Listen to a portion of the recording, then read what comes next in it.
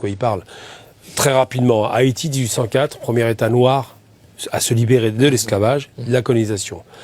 Et très rapidement, Napoléon envoie 30 000 hommes pour essayer de les détruire. L'Amérique est d'accord, l'Espagne est d'accord, la France est d'accord pour en finir avec cet État félon qui ose relever la tête. On parle des Noirs. Donc 30 000 hommes qui finissent par être éliminés par Toussaint Louverture, l'ancien général de Napoléon. Et c'est la première victoire sérieuse d'un État du Sud. Parce qu'on oublie que c'était il y a plus de 200 ans maintenant. Haïti, ensuite, pour faire en sorte de fragiliser, on lui fait un traité de paix avec une dette abyssale qu'ils ont supportée jusqu'à la fin des années 90 pour la France. Haïti divisé en deux, Saint-Domingue d'un côté, du côté espagnol, et de l'autre côté l'île, de ce qui reste de l'île. C'était un des pays les plus riches sur Terre, il y a 220 ans. Aujourd'hui, c'est un pays dans lequel on a sombré dans un abysse absolument insupportable. Sur un plan social, il n'y a plus d'État, il n'y a plus de fonctionnaires, il n'y a plus d'administration, il y a une corruption endémique. Et en plus, on leur a légué un cadeau assez abominable.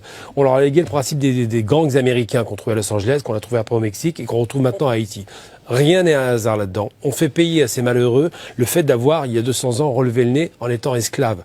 Et là, lorsque le manifestant dit « nous sommes des esclaves », il revient sur cette profondeur historique. Alors lorsque l'ONU va nous servir, à l'époque, il y avait tout un tas de présidents qui étaient présents, nous servir qu'ils vont apporter la paix, j'ai envie de dire simplement, c'est presque une réalité aujourd'hui, c'est que les tontons macoutes sont presque regrettés à Haïti. Cette dictature à l'époque des Duvalier, on se dit finalement valait mieux Duvalier que ce qu'on a aujourd'hui.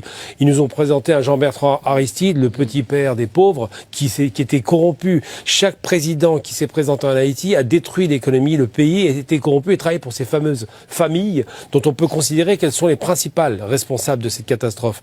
Les Haïtiens ne sont pas dans cette situation parce qu'ils l'ont voulu, ils le sont parce que ça a été organisé et planifié. Donc maintenant quand Gutiérrez dit on va envoyer des gens, des casques bleus quasiment en Haïti, il se moque des Haïtiens parce qu'il sait très bien que le mal vient d'abord et avant toute chose des États-Unis. Leur proximité géographique avec les États-Unis, l'assassinat de l'ancien président qui se rapprochait de la Russie, il faut le rappeler, de la Chine, c'est un des moteurs de l'assassinat avec un groupe dont on n'a pas réussi à trouver l'origine. Il l'avait dit juste avant. Tout à fait. Et on l'assassine après. Avec un commando. 2 jours après. Commando militaire. C'est pas les Haïtiens qui l'ont tué.